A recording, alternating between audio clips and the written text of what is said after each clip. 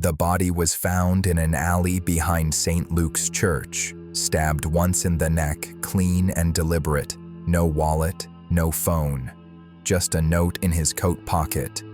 "You buried the wrong man." The victim was Joel Mercer, a public defender who just freed a man convicted of double homicide. The press called it justice. The families called it betrayal. Detective Lena Hart called it murder. Baltimore was still half asleep when Lena Hart arrived at the alley. The sun hadn't risen, but the city was already humming. Distant sirens, the hiss of early buses, the metallic clatter of trash cans. The crime scene was tucked between two brick buildings, damp with last night's rain. Joel Mercer's body was slumped against the wall, legs stretched, head tilted, eyes open. The blood had pooled neatly, as if the killer had given it time to settle. Lena crouched beside him. No defensive wounds, no signs of struggle. Just one clean stab to the carotid, surgical, practiced. She pulled on gloves and checked his coat. No ID, no phone. But in the inner pocket, folded with precision, was a note typed on ribbon paper. "You buried the wrong man." She looked up at the church windows. No witnesses, no cameras, just silence. Mercer had been a public defender for 15 years. He was respected, hated, feared, depending on who you asked. 2 weeks ago, he'd overturned the conviction of Darius Cole, a man accused of killing 2 teenagers in a drug-related shooting back in 2005. Mercer had found inconsistencies in the ballistics report, pressured a retired cop into admitting evidence tampering, and walked Cole out of prison after 14 years. The press called it redemption. The families called it betrayal. Lena called it motive. Mercer's office was a mess of paper and silence.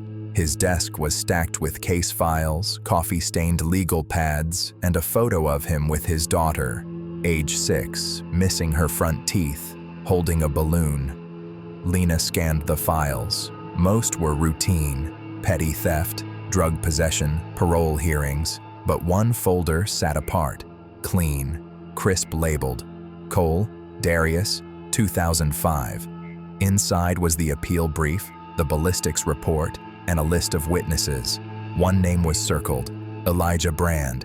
He'd testified in the original trial, claiming he saw Darius Cole flee the scene. But in Mercer's appeal, Brand was absent. No retraction, no update, just gone. Lena traced Brand's last known address to a crumbling apartment complex in West Baltimore. The landlord remembered him. "He left in 2006, the man said. Said he was scared. Said they got the wrong guy." She checked the tenant records.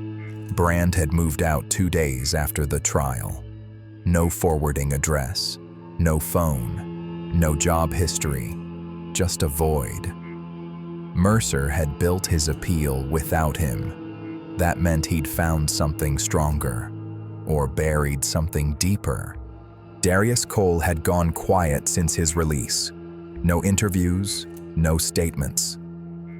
Lena found him working at a garage in East Baltimore, head down, eyes hollow.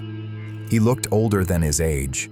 Prison had carved lines into his face that no sleep could erase. She asked him about Mercer. "He saved me," Cole said, "but he knew." "Knew what?" "That I wasn't innocent." Lena froze. "You confessed?" "No, I didn't kill those kids. But I knew who did." Cole slid a photo across the table. It showed him and his brother, Marcus Cole. Same eyes, same build. But Marcus had disappeared the night of the murders. No arrest, no trial, no trace. "Joel figured it out," Darius said. "But he buried it."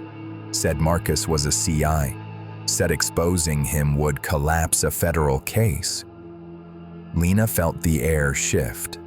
The note made sense now. "You buried the wrong man." Lena pulled sealed records from the DEA. Marcus Cole had been listed as a confidential informant in a narcotics case tied to a major East Coast supplier. His handler, Agent Thomas Vick, now retired, living in Annapolis. She drove down and found Vick on his porch, sipping coffee, watching the bay. He didn't deny it. Marcus was useful, Vick said. He gave us names, routes, but he was unstable, violent. We kept him close.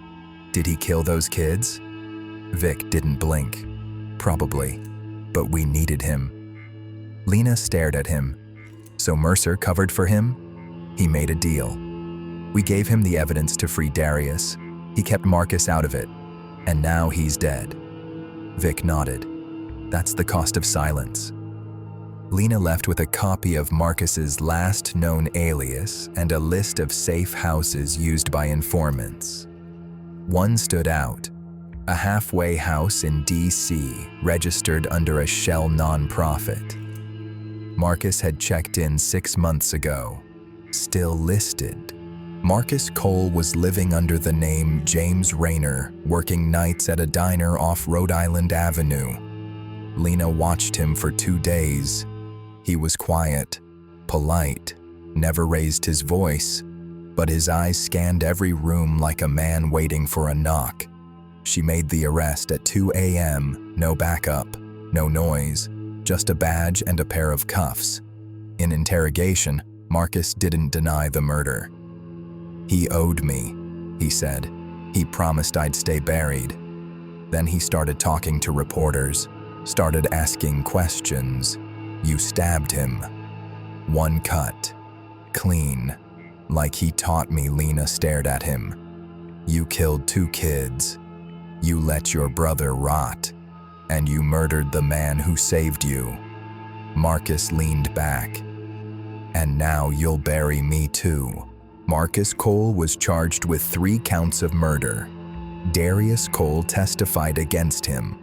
The families of the victims finally got closure. Joel Mercer was buried with honors, a flawed man who tried to balance justice and survival. Lena stood at his grave, the note in her pocket. You buried the wrong man. She lit a match and burned it. The wind carried the ashes into the trees. 3 months later, Lena received a letter. No return address. Inside was a photo, grainy, black and white.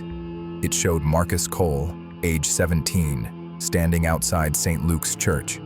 Behind him, the 2 boys he would later kill. All 3 smiling, all 3 unaware. On the back, one line was typed. Truth isn't justice. It's just the last thing we bury. Lena folded the photo and placed it in her drawer. She didn't file it. She didn't report it. She just let it sit, like a scar,